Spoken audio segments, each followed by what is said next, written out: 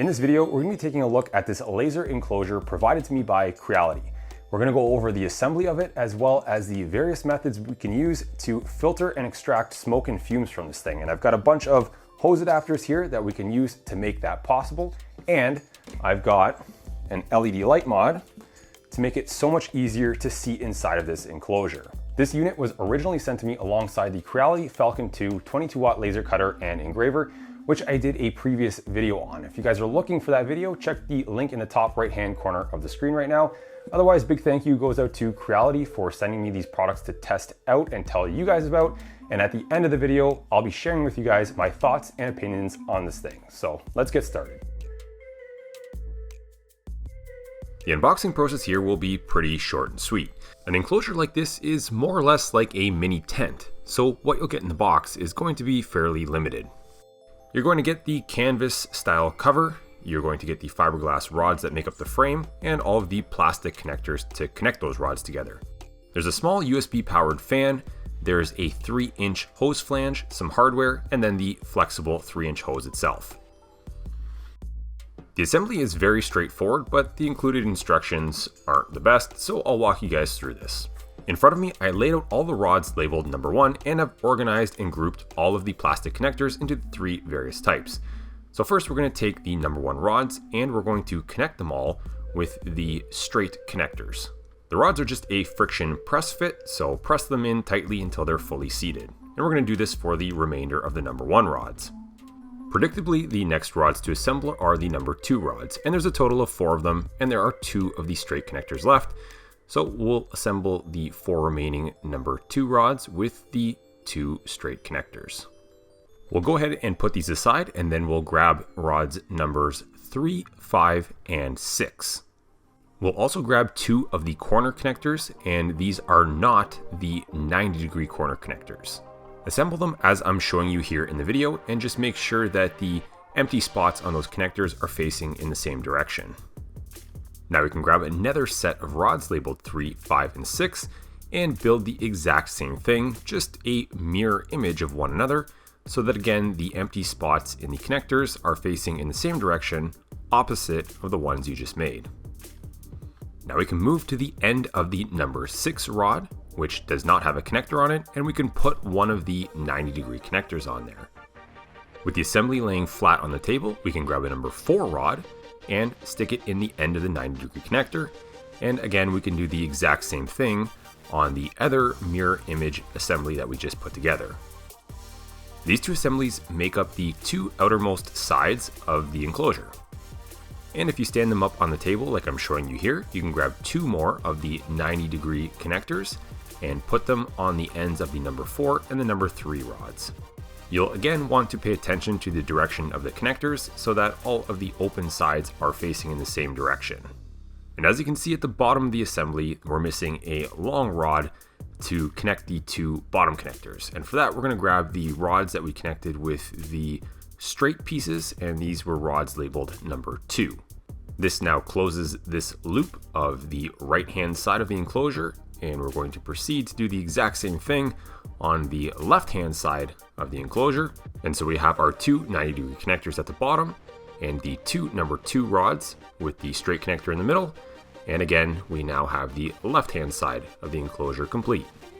With the left-hand side sitting flat on the table with the connectors facing up, we can grab our 5 number 1 rods that again we had connected with the straight connectors and put them in those empty spots.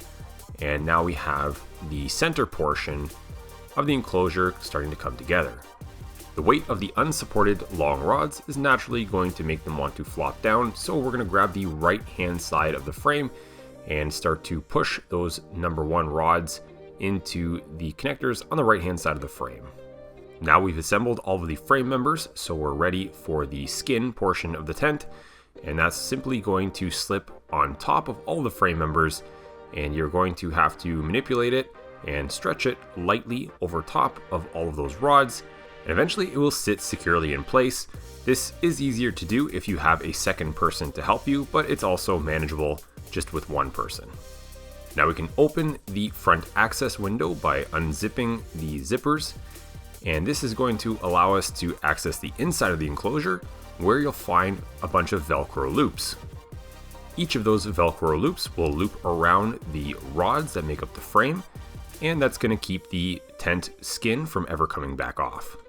Another thing to think about here is those loops can also be used for routing wires inside of the tent once you get some of the cables and connectors inside. Speaking of which, on the right hand side you'll find a grommet where you can push through the power connector and the USB cable to connect to the Falcon on the inside of the enclosure. And on the left hand side you'll also find another grommet which you can use to push through the air assist hose as well as its connector for the air assist pump. Now that we have our enclosure set up, how do we evacuate the smoke and fumes? Well, at each side of the enclosure you'll find a Velcro pocket like this. When you open it, you'll find a port. Creality gives you a flange for a 3-inch hose that fits over the port on the side of the enclosure. The included fan is intended to go on the inside of the enclosure on the other side of that flange, and if you take a close look at the fan, you can see that the direction of airflow is marked on the side.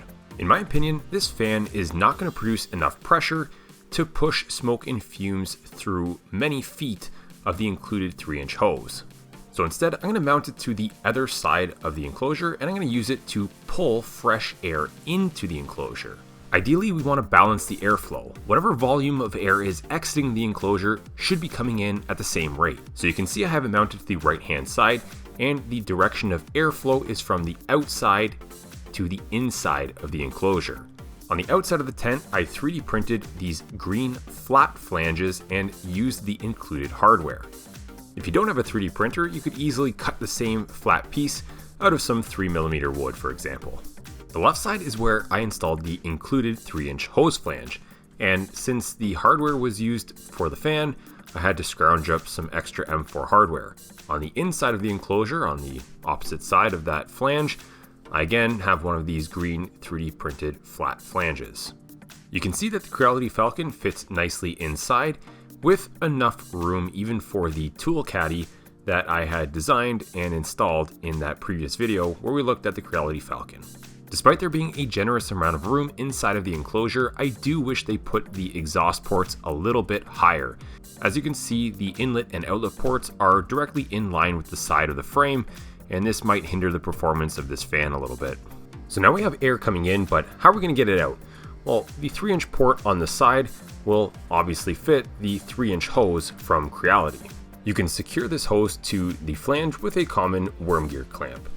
Now, if this hose isn't long enough for you, you can splice it to a 4-inch hose, which I find is a lot more common, with one of these 3-inch to 4-inch adapters that I offer on my website, embracemaking.com.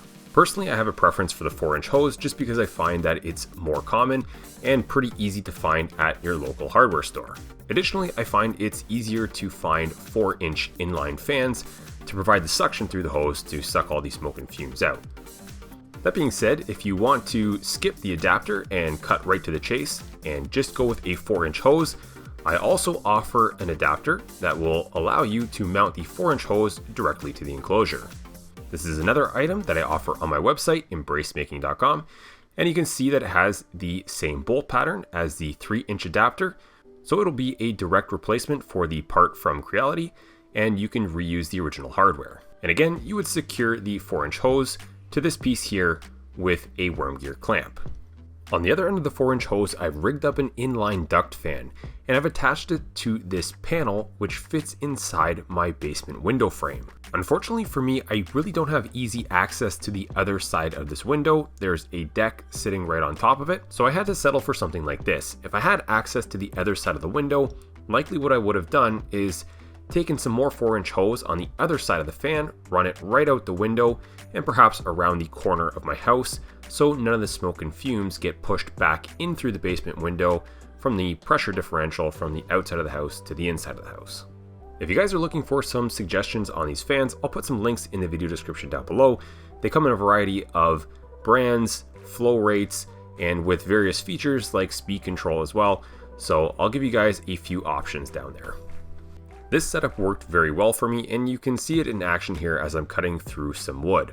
The smoke is making its way to the outlet port at the back left-hand side of the enclosure, And seeing as how this is a very small enclosure, and you can see here that I've already cut through a good portion of this wood, if it wasn't ventilating effectively, the enclosure would very quickly fill up with smoke and you probably wouldn't be able to see much right now. I mentioned earlier that you would ideally want the same amount of airflow coming into the enclosure as is going out, and this is one area that I could certainly improve my setup. The small axial fan that came with the Creality enclosure on the inlet port at the back right hand side of the enclosure is the only thing bringing fresh air in, and again, it's pretty undersized. In the future, I'll find myself a bigger fan on the inlet side, and that will help with the cross flow, so the air flowing from the right hand side out the left hand side, and that will increase the efficiency of evacuating the smoke and fumes inside of this enclosure. What happens if you have neighbors, pets, or other creatures outside that you don't want breathing in your laser fumes? Perhaps we should create a filtration system. So in this case, I'm using this Craftsman bucket head shop vac with an adapter for a HEPA filter. The inside of the HEPA filter that I'm using already has a liner made of activated carbon cloth, but you can buy extra cloth, you can cut it out, and you can place extra layers on the inside for more odor absorption. Now the clip you're looking at here is from a previous video that I did with a different shop vac, but the concept is the same. On my website, I offer these adapters that go on either side of the filter. All of my adapters are designed to fit the same model of air purifier filter, which is very common and very popular. And once you remove the ball cage from the bottom of your shop vac, the whole assembly just snaps into place. And in this case, with this Craftsman buckethead vac, the original pre-filter fits directly on top, and you can use the original elastic band to secure the pre-filter in place. And if you haven't caught on already, it's called a buckethead shop vac because it fits onto a common 5-gallon bucket. These have become my favorite sources of suction for fume extraction. I've designed an adapter that allows a CPAP hose to be attached to the inlet of the shop vac, and the other end of the CPAP hose goes onto a nozzle which goes onto the head of your laser module. That nozzle is designed to suck up smoke and fumes directly at the source. And this has been my typical solution that's worked generally very well for me, even without an enclosure. But now that we have this tent surrounding the machine, I'm going to route the flexible CPAP hose out the port on the left hand side. The tent is going to keep any fumes that might have otherwise escaped inside of the enclosure, which will get sucked up into our filtration system in the shop vac. And then on the other side, you can see on the exhaust, I have another adapter. Rather than shoot the exhaust out into the room, I have it going through a 4-inch hose and out my window. Even though I'm using the filtration system, anytime you have the opportunity to get those exhaust fumes right outside, it's much better than having that air recirculated inside of your room that you're working in. I tested this setup performing through cuts through wood, and this normally produces a lot more smoke than just engraving. More of that smoke is pushed through to the underside of the wood, unlike engraving where it would normally sit on the top of the wood and the nozzles would be very effective at picking it up. But now with the enclosure, the smoke gets trapped inside and the nozzle gets a second chance at picking it up, as it is the single source of vacuum inside of the enclosure. And so it's a little difficult to film through the orange tinted plastic cover of the enclosure, but you can still see well enough inside that there is no buildup and accumulation of smoke and fumes. Everything eventually gets picked up by those nozzles, goes through the CPAP hose, through the filtration system, and out the window. Now there is a second option if you still want the filtration system, but you don't want to use that nozzle on the laser head with the CPAP hose. I'm going to remove the CPAP hose from the inlet of the vacuum, and I'm going to show you a few different adapter options here. The bucket vac has the same size inlet and outlet, so we can interchange adapters from the in to the outside. Doesn't matter if you want a 3-inch or a 4-inch hose, you can use either one.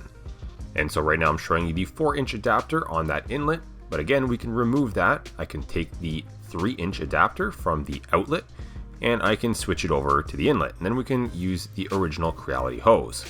That hose could go to the original enclosure and it would attach to the Creality 3-inch flange. Ultimately, you can choose any combination of adapters on either side of the vacuum, or you can just put the same size on both sides. Remember from the previous chapter of this video, I do make a 4-inch flanged adapter that mounts directly to the side of the Creality enclosure. This would allow you to stick with 4-inch hose through your whole system. You can also find these adapters on my website, embracemaking.com, and you can build out your own custom solution for whatever hose sizes you choose to go with. In this clip here, I have it set up where I have the 3-inch hose going from the enclosure to the inlet of the shop vac, and on the outlet, I have the 4-inch adapter installed, so I can use the 4-inch hose to the panel that I have on my basement window to route the exhaust outdoors. And as you can see, the performance here is effectively similar to the previous two setups. You'll see a lot of smoke coming off the cut, and it's heading towards the back of the enclosure and out that port. I also want to point out that we're most of the way through this job, and that's important to note because by now, if this system wasn't working properly, you'd have a lot of smoke and fumes built up in that very small enclosure. And so I think the thing to take away from all of this is that it doesn't matter which of the 3 solutions you go with, all of them are perfectly suitable for extracting smoke and fumes from an enclosure like this. A few times through this video, I mentioned it can be a little difficult to see inside of the enclosure, especially with the cover shut. So I decided to do something about it by designing some LED bars that will attach to the inside of your frame. Now these ones here are strictly prototypes. Now hopefully by the time this video is published to YouTube, I'll have production versions ready and available on my website. The production versions will have plug and play connectors as well as diffuser lenses, so they'll be a lot more polished than these prototypes, but I just want to give you guys a sneak peek into the concept. I really wish I had installed these lights before filming this entire video, because as you can see here, the difference is night and day. This makes such a big difference working inside of this enclosure, especially when you're fine-tuning your workpieces and setting them up and trying to get them aligned. And then once you do and you close that orange cover to run your job, again, you can see so much better inside and make sure everything is going according to plan.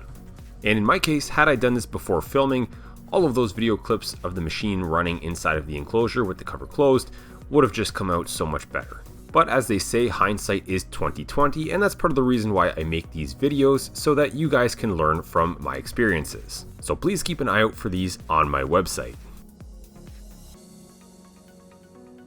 Overall, I think this enclosure provides you with very good value for your money. There are competitors out there who offer laser enclosures, but oftentimes they cost twice as much and you're basically getting the exact same thing. The quality of the material seems quite good. It doesn't seem like it will tear very easily.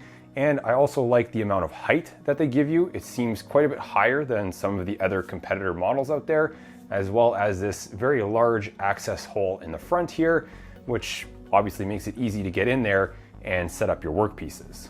Now this doesn't come without any complaints. I have 2 concerns for this enclosure, and the first one is the location of the exhaust ports. I mentioned earlier in the video that they're more or less in line with the frame of the laser cutter or engraver that you're going to put in there, and it doesn't matter if you're using the Falcon 2 or an XTOOL D1, those ports are in line with the side of the frame, and that's going to reduce the efficiency of how the air is going to flow in and out of this enclosure. So they could have easily had fixed that by raising the ports up a few inches. And the second concern I have is the size of the fan that's provided with this enclosure. It's drastically underpowered. There's no way that it's going to produce enough pressure to push or pull the exhaust fumes through that 3-inch hose, especially if you extend it out to 10 feet or whatever it extends to. It's, like I said, underpowered. And I think that most people would be willing to pay a few extra dollars if Creality would provide a better fan. So that could be improved upon as well.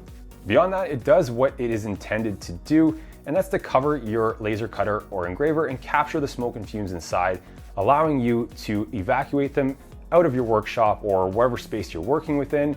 And again, it's big enough that it will fit many different models. It doesn't have to be a Creality machine that you put inside. I've also fit my XTOOL D1 Pro in there, and it fits very comfortably. I hope you guys found this video useful, and I hope you guys can take a minute to visit my website, embracemaking.com, where you can support me and my work. You'll find all of the accessories and things that I've mentioned in this video, like these hose adapters over there.